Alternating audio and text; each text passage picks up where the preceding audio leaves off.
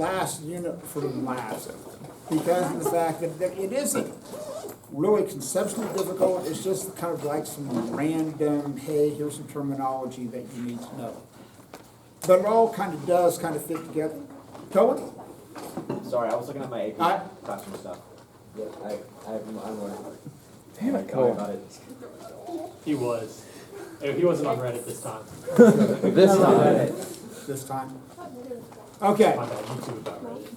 So, it deals with like hybridized orbitals, sp2, sp3, that type of thing. It deals with what's called intermolecular forces, London dispersion forces, hydrogen bonding, dipole-dipole. Some simple gas law stuff, and how that relates to like vapor pressure. So it's kind of a hodgepodge, but yet there's a common theme that connects all of these. So that's why I said I would say this for last, because conceptually it's the easiest, but it's also the most specific in terms of terminology.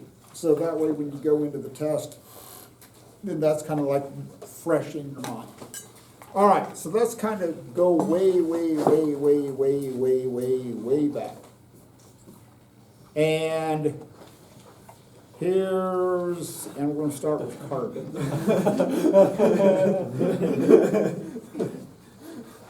No. Which direction is the current going? Wrong class.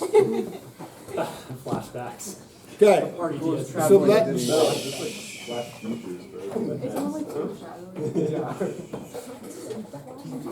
so when you look at carbon, how many protons are in the carbon nucleus? 6. Okay.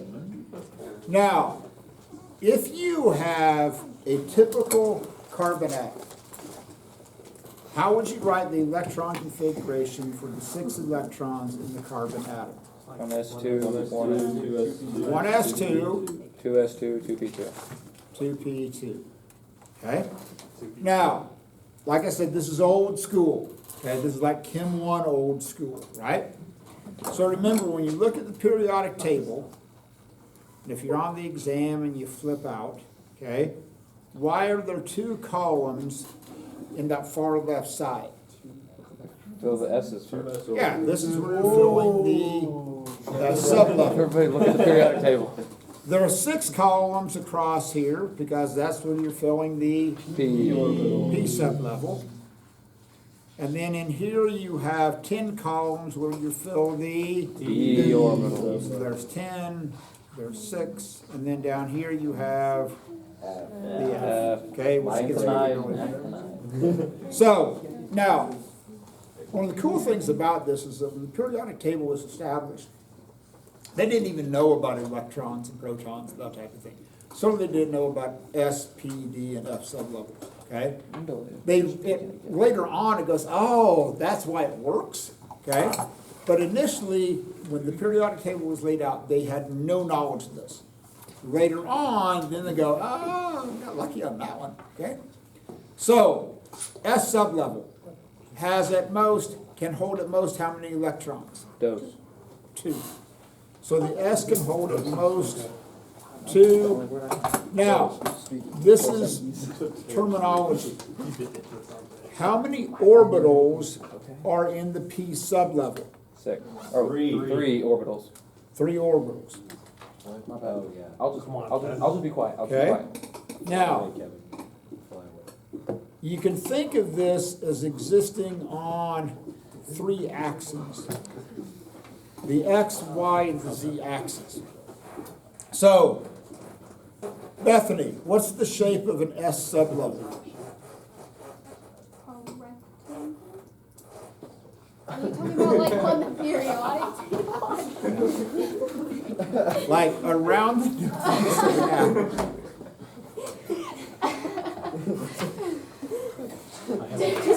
I thought you meant on the picture.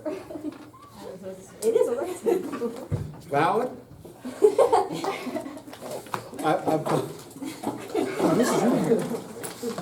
I'm actually talking about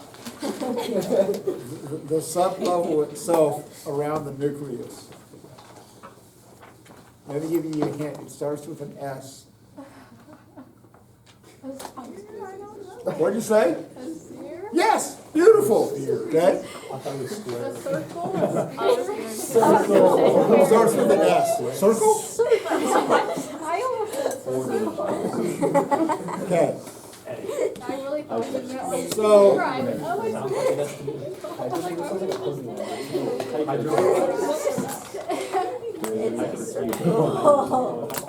it's a circle or a sphere. I just give you Now, let me kind of lay out a very common misconception. So we were giving We're giving circle with an S, 5. That's it's vibe, dude. That people have when we talk about these shapes, okay? These aren't physical shapes in the sense that, yes, we call them spheres. Here's the problem when you run into electrons. Number one, they're exceptionally small. Number two, they're traveling at close to the speed of light. Number three, by virtue of the fact if you try to observe them, you have to give them so much energy that you completely knock them out of their orbit. So when we talk about this spherical region around 1s, this is just a probability region. Don't look at this and go, oh, the electrons are traveling around in circles. We don't know what the electrons are doing.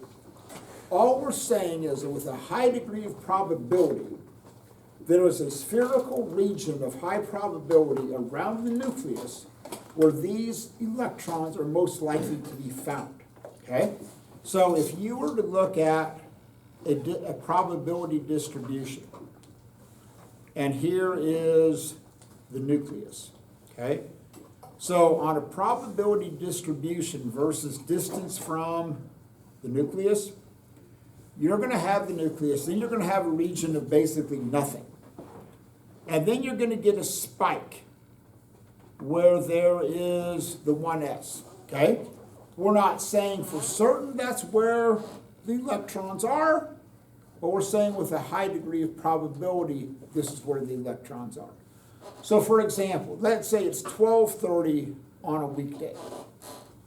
What's the probability distribution for gap-Schon relative to if I'm the nucleus, okay? So there's a pretty good spike at that distance from me, okay? Now, sometimes gap-Schon's in the lab. So farther out, where the lab is, you would have a smaller distribution spike, okay? Now, there is a chance gap-Schon might be in Paris. Possibility, okay? Very, very low, but it's not zero, okay? He bought Paris. He might be on the other side of the moon. Again, not zero, very low probability. So when you're talking about these 1s electrons, all we're saying is that those two electrons have a very high probability of being a certain distance away. Now, when you look at Erwin Schrödinger, who came up with these equations. So, at the time, and this is like the heyday of quantum physics. So they had found the electron. Rutherford did his work with the alpha particles. They knew the density of the nucleus was extremely high and extremely small. And they were thinking, great, the nucleus is like the sun, the planets are like, or electrons are like planets. Because all the people doing this work were physicists. And they thought, oh, we'll just shrink this down, we'll call it a little solar system. The math doesn't work. The forces for gravity are way, way, way, way, way too weak to make this happen. But one of the things that they struggled with was that why are atoms stable? And no matter what the model was, there are certain things that you had to explain. One is the stability of atoms, okay? So like, I've been teaching behind this desk since the fall of 1994, okay? So 31 years I've been behind this desk. God knows how many times I've pounded my hand on this desk, okay? So when I come back in August for next year, I'm really not worrying about this thing not being a desk, okay? How are you? I'm more worried Cohen might be back. That's Hey, that's just teak. Oh, Yeah. God, yeah. So this has been around for a while. The Earth has been around for a while, all right? About 5 billion years, give or take about 10 minutes, okay? So we've been here. Atoms are stable. So one of the questions is that when you look at the spherical orbits of electrons, and they're attracted to the nucleus because they're oppositely charged. And that's one of the questions, is that why don't electrons, because they're attracted to the nucleus, why don't they just lose energy over a period of time?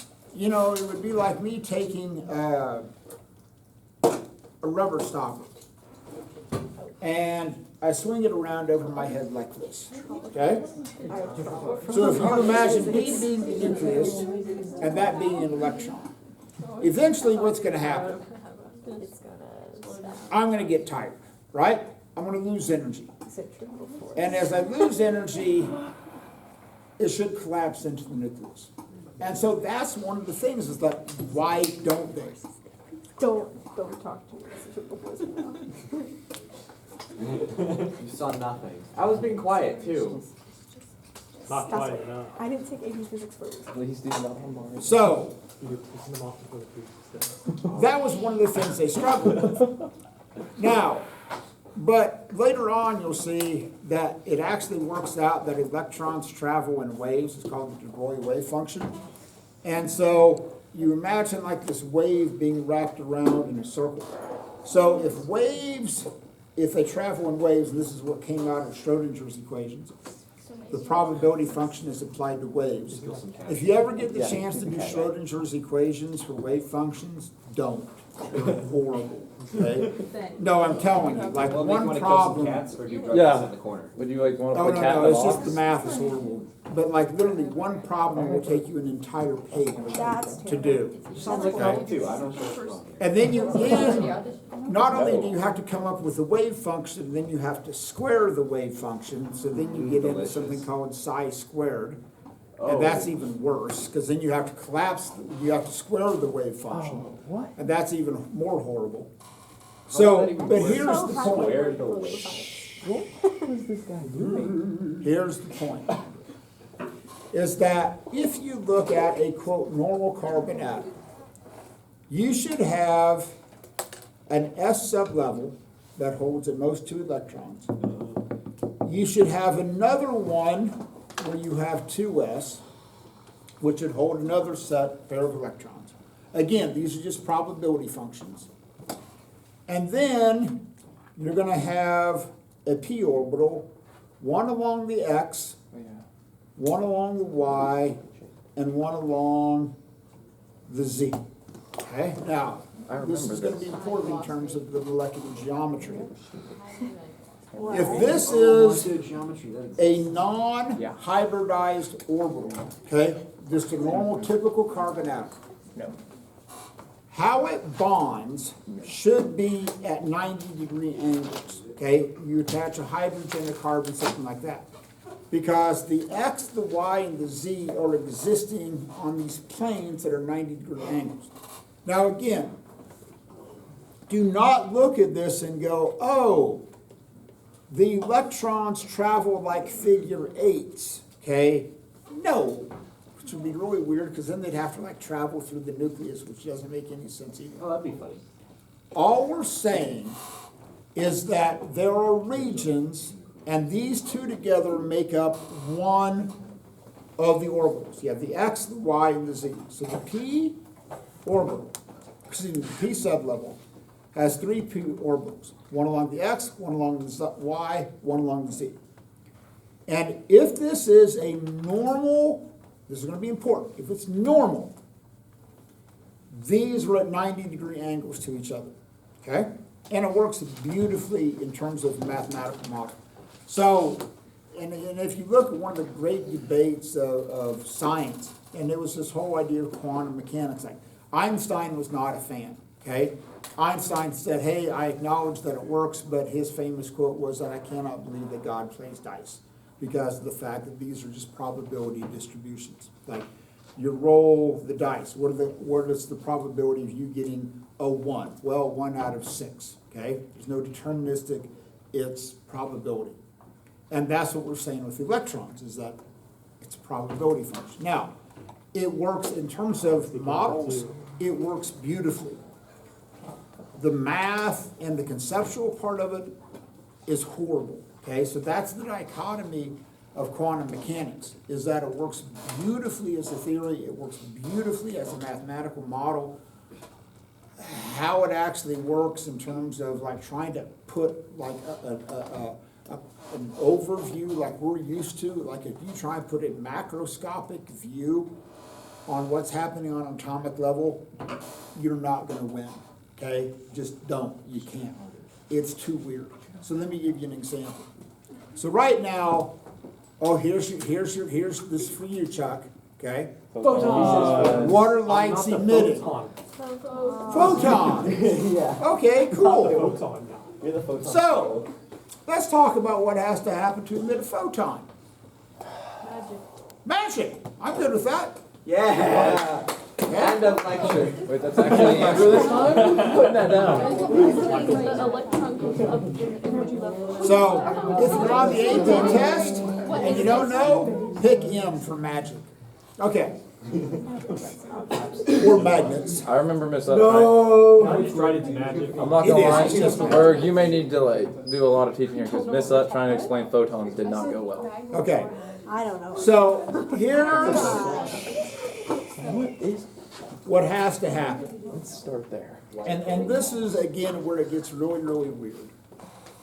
So, here you have an electron orbiting around some nucleus. And it's in its ground state. We don't know exactly where it is, we just know that it has a certain energy level we call ground state. And that's typically measured in something called EVs, which stands for electron volts. Electron volts is just another measure of energy, okay? So it's going to have a certain amount of energy. And it's going to be existing in at this state. We don't know where it is, we just know, hey, odds are, statistically, this is where it's going to be. So that would be like me, if you consider the floor to be the ground state. This is where I'm at. Odds are, this is where I'm going to be. Now, let's say that I want to move up to a higher energy state. I want to move up to the orange chair energy state. So, here I am at the ground state. Here is the orange chair, right? That's not orange. It's red. Orangish red. How about that? That's the screen's blue. Let it go. That our true color is red. Let it go. It is red. Red. Okay, red. Fine. Red. Bethany's shirt is red. That's dark red. Still red. It's like almost The a color in red. that backpack is red. No, it's not. Yeah. Same color. Yes, it is. Okay. All right, it's red. Red is. Velvet. Okay. Your face is kind of red right now. That's your It's color. kind of angry. Velvet. Oh. Okay. Velvet is purple. So, Velvet is not purple. No, you have to buy You're thinking violet. of violet. Like velvet. Like Velvet. red velvet. Velvet's Like red. red velvet. You have to have red. Oh my Velvet god. is how red velvet is a flavor. Yes, it does. No, it's okay. I'm with you, Chuck. I get you. So, You got it. velvet is always preceded by velvet. I was thinking of red velvet cake. I'm sorry. I'm so hungry. This guy's really, yeah. Low key, some red. Berg, can we make like velvet cakes these days? I would tear Chairs up are some like red velvet egg cupcakes with vinegar cream cheese and then frosting right now. a chemical reaction. Because vinegar and red velvet Good job, cake got is this. very gross. You did it. Wait, vinegar is in my velvet cake? Butter mixed with I that's thought it was weird. just chocolate cake. This is all on Sorry. video because I did I'm not sorry, I'm having fun for the Acetic first acid time is in our this cake. entire. Whatever will we do? That makes it The more chairs acidic are red. because acid. And then it reacts. Like red velvet. Yeah, you Making it neutral with a pH of 7. it's your That is not naturalized. That's Not good. naturalized. So, here's where this gets weird. Is that if I want to move from the ground state up to the red chair, Velvet Okay. red to you? then the energy has to be involved, right? Okay, for me to move up to the red chair.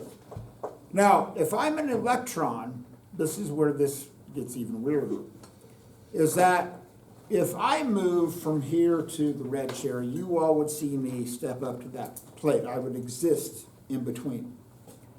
Electrons don't actually exist in between these states. What? Like they're either at the ground state or they're at the red chair level. Like, no, they do not physically exist in between these states. Okay? Now, here's the point. This is why it's called quantum states. You either have enough energy at your ground state, you have enough energy to be at the next, you have enough energy to be at the other level. So there'd be like, I'm here, and then all of a sudden, I get hit with a really, really big photon, and you would see me briefly disappear, and then you would see me appear on top of the red chair. Yep, Okay. magic. We're done. Yeah, so this is, Huh? this is. This is literal Yes. magic.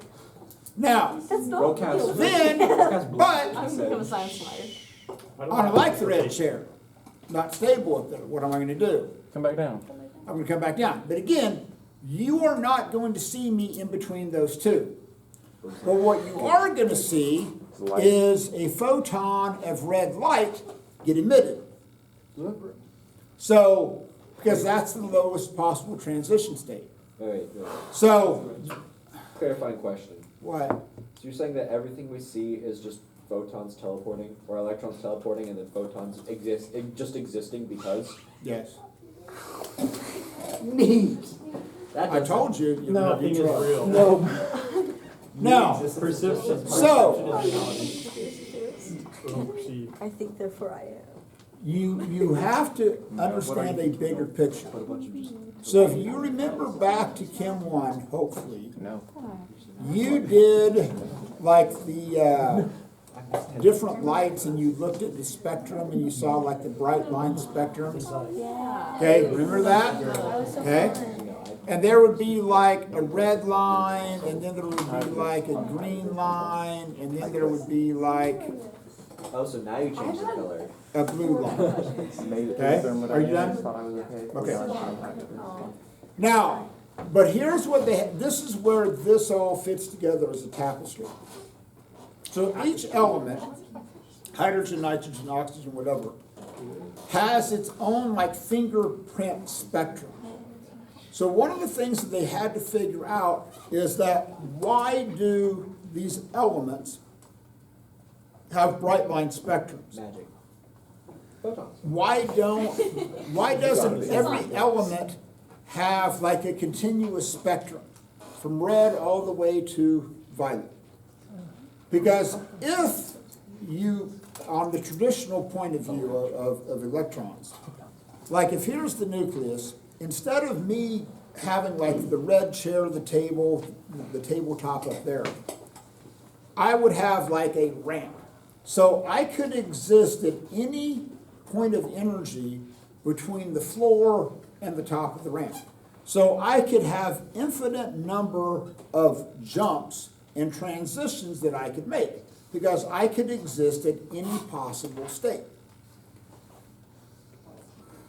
What they figured out is that, first off, the only way that this could exist that created different bright line spectrums was that these electrons, again, could only exist at certain defined energy levels.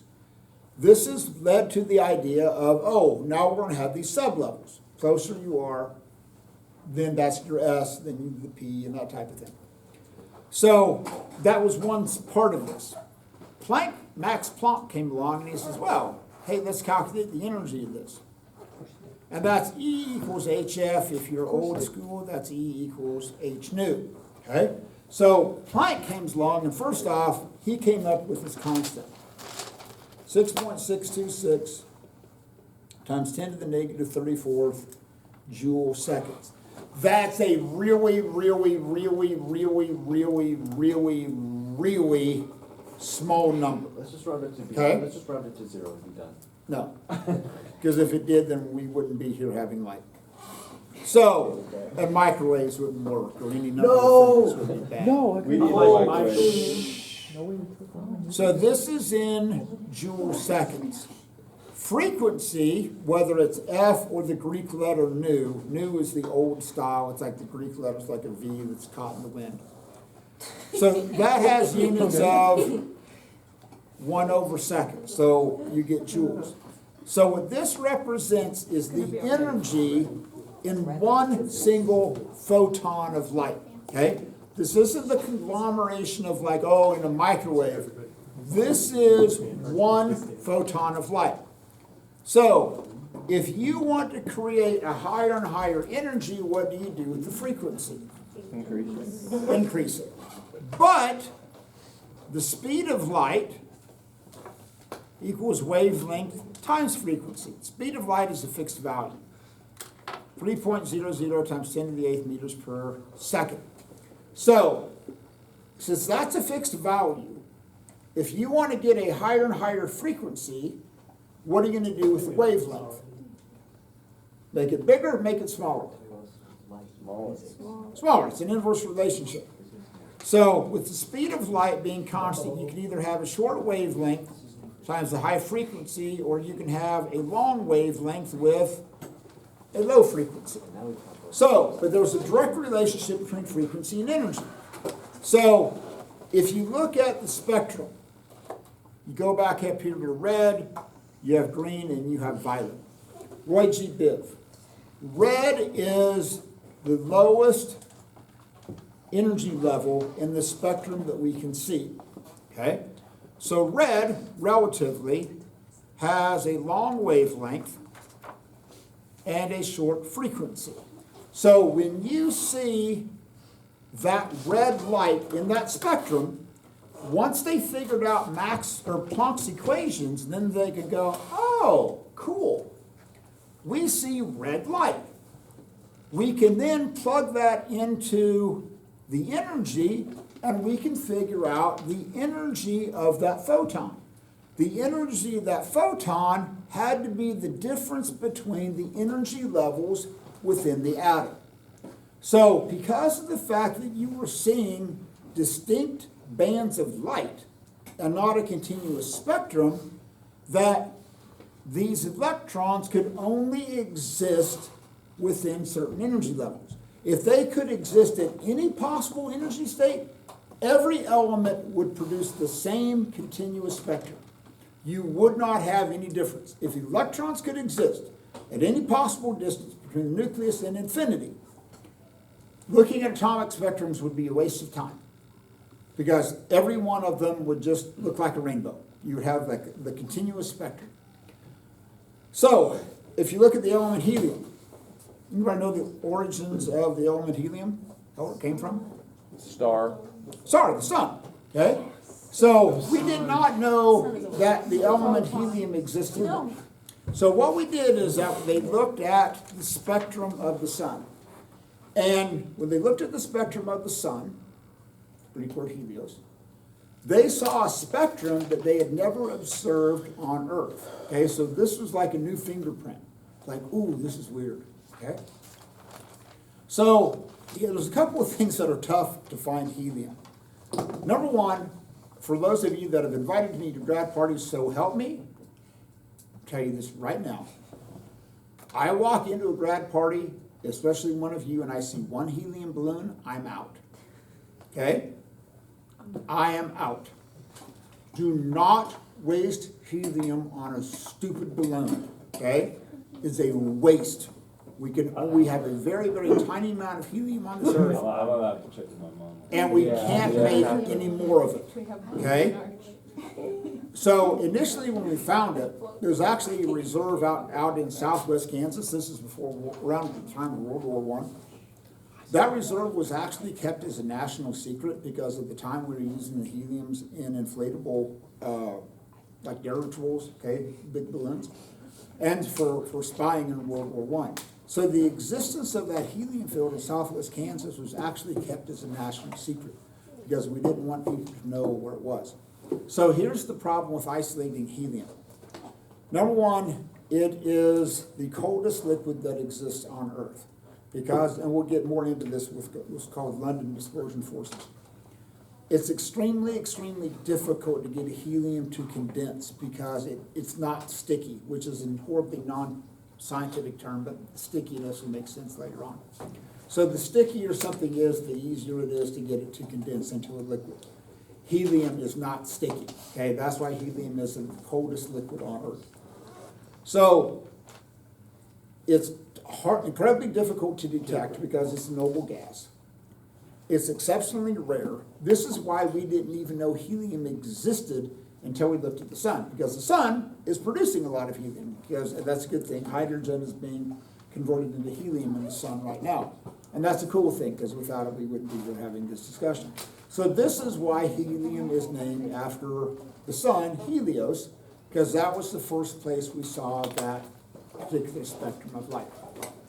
So they figured out each element has its own unique fingerprint of colors. And like all nitrogen atoms are the same, all carbon atoms are the same, but each one is different. So then they go, oh, okay, right. This is why you have these bands of light, because of the fact that each element can only have a certain set arrangement of the electrons. And the bigger the jump, the more energy that's involved, the higher the frequency. So imagine this. So here's the ground state, and we'll even make it red, okay? So there's like my red shell. Yes. And then I would have like the green countertop, okay? Pretty. Wow. And then I would have a dark blue countertop that's behind color. Now, so these are the three transitions that I can make. This is why I color-coded them. Which one of those is going to involve the smallest energy jump? Red. The red, because that's the smallest gap. So now imagine this. I won't do this for any number of reasons, but you'll get the visual. Pull the shirts. Jump So, up and huh? down. You should pull the shirts and jump off of things. No, I used to. So, but imagine, we'll talk about that though. So imagine this, I darken the room, okay? And all I'm gonna tell you is that I'm gonna jump from one of the energy states, okay? It's a darkened room, But okay? It's a darkened room. Obviously, if you hear, oh, okay? You can probably think, that's probably the red chair, okay? You hear, okay? You figure that might be the table. You hear, oh my God, okay?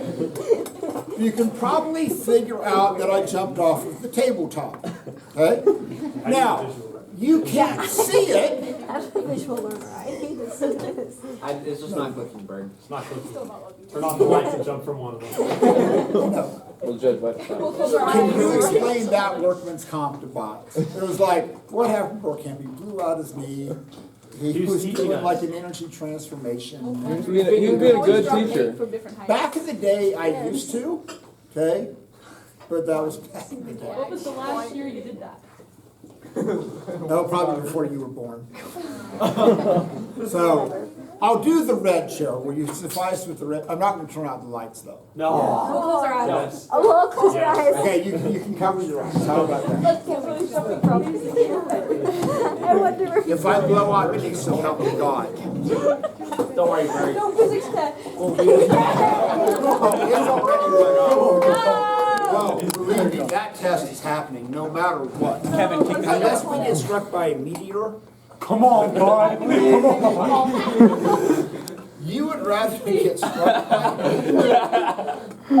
I'll take that magnet, that magnitude. 150%, yes. Okay, Oh, please don't. okay, You're so all right? Can you touch You're the an electron. Yay! Give us electron impression. Electron. What do electrons do? Oh, yeah. Okay, Oh, yeah. they spin clockwise or they spin? Switch. Okay, what did you say? I really struggle with the counter versus clockwise.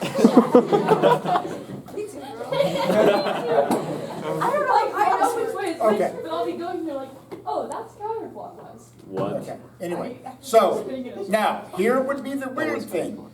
You would not see me exist in between here, You teleport. Okay, teleport. okay? So, if you close your eyes, I'll teleport. Okay. Okay, you ready? Okay. Okay. How did he get How'd you get down there? I teleported. Oh my god. The sun, it was the sun. It's a Freaking photon. photon. It was the photon. I just emitted a photon. Okay? I saved that. I was trying so hard. 1 million photons. Okay. Now, obviously, the bigger the energy jump, what's gonna happen?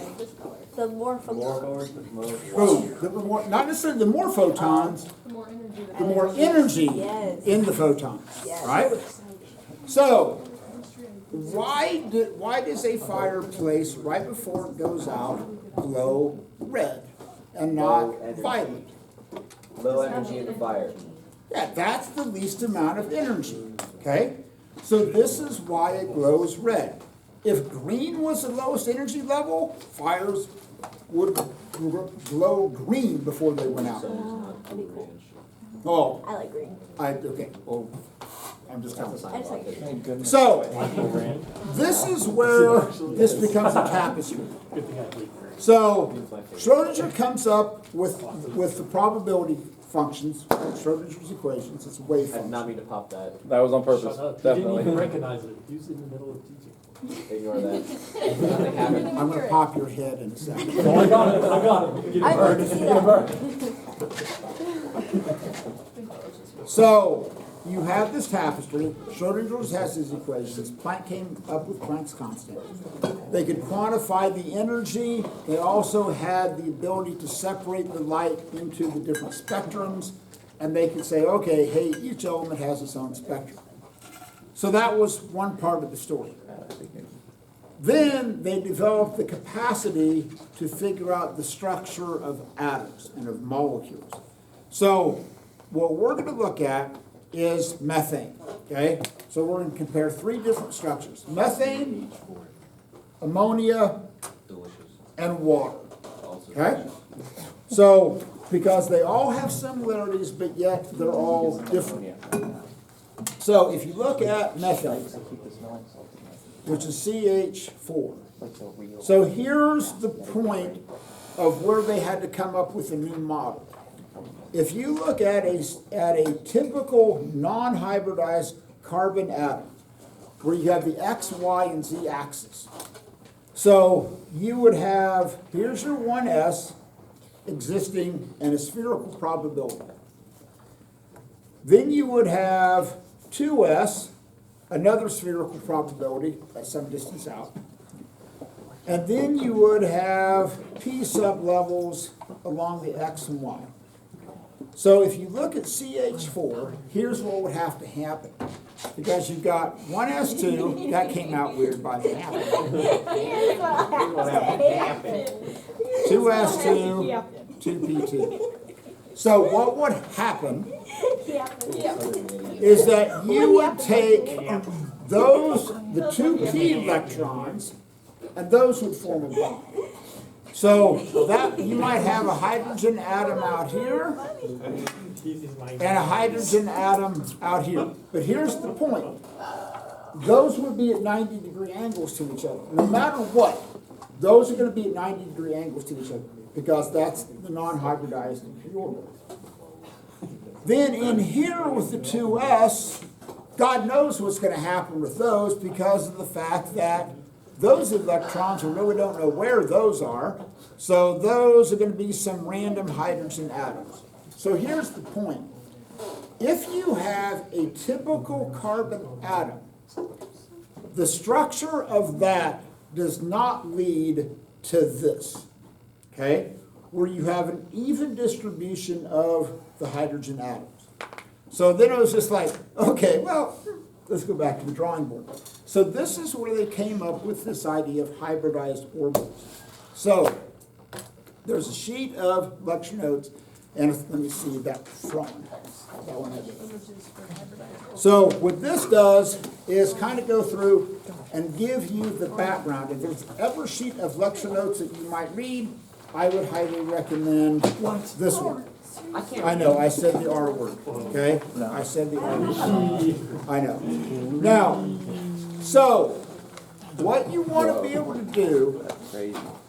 is there's a couple of different techniques that we're going to go through. But one of them is you look at what's called the regions of high electron probability. So around the carbon atom, there are 4 regions of high electron probability. So what that tells you is the type of hybridization that it will undergo. So here's, and this will make sense once we get into ammonia and water, is that a region of high electron probability can be one of 2 things. It can either be a bonding situation with the hydrogen or another carbon or something like that, or it could also hold an unbound pair of electrons. So either one of those is forming a bond with another element, or there's an unbound pair of electrons. Both of those are regions of high electron probability. We're not saying that necessarily where the electrons are, but we're saying with a very, very high degree of probability, this is where they're most likely to be. So, if you look at this sp3 hybridization, so let me kind of explain how you can get to that. One of them, you guys got to go. No, we're good. Let me get through this.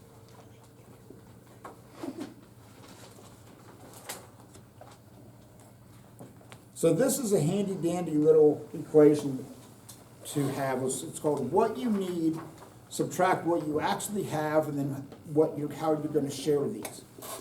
So here's your technique. For a carbon atom to have a complete and stable electron shell, how many does it need?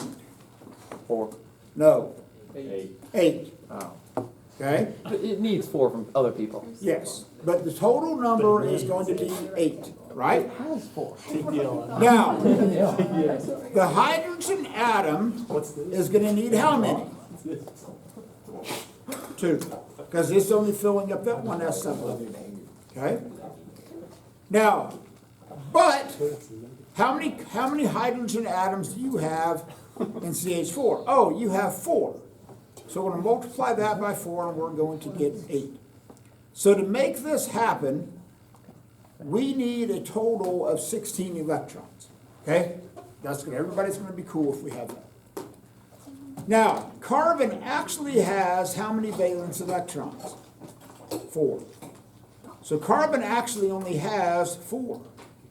Hydrogen actually has, 1. but there's 4 of those, So 4. and we add those together and we get 8. So we actually, to make everybody happy, we need 16. We actually have 8. So if I take 16 minus 8, I get 8. Now, to find the number of electrons that are shared, each bond is going to involve 2 electrons. So I'm going to divide that by 2, and that's going to get me 4. So what that means is in methane, I need 4 bonds. Now this is as simple as it gets, okay? This becomes much more complex. But this is a good way to figure out, hey, how many electrons, how many bonds do I need to make? 4. Got it. Cool. So, when you look at this, on this sp3 hybridization, so here's your nucleus. We don't touch 1s. That remains undisturbed, okay? The inner electrons aren't part of the story. They're there, but they're stable. Then you get into 2s and the p. So here's the story. So what we're going to do is that we need sp3 hybridization, because what we're going to do is we're going to screw up the s, and then we're going to screw up all 3 of the p orbitals. So we need a total of 4 jacked up orbitals. So what's going to happen is that the 2s will no longer exist. The p orbitals by themselves will no longer exist. What we're gonna do is we're gonna morph those into 4 different SP arrangements. Like this, okay? Now, this is tough to draw like in a plane, because this is like it's a pyramidal situation. So what's gonna happen is that a hydrogen will come up here, you're gonna have a hydrogen here, a hydrogen here, and a hydrogen here. So that's gonna form a bond, that's gonna form a bond, that's gonna form a bond. And you get this pyramidal structure. We'll call it good. So no, you have no homework.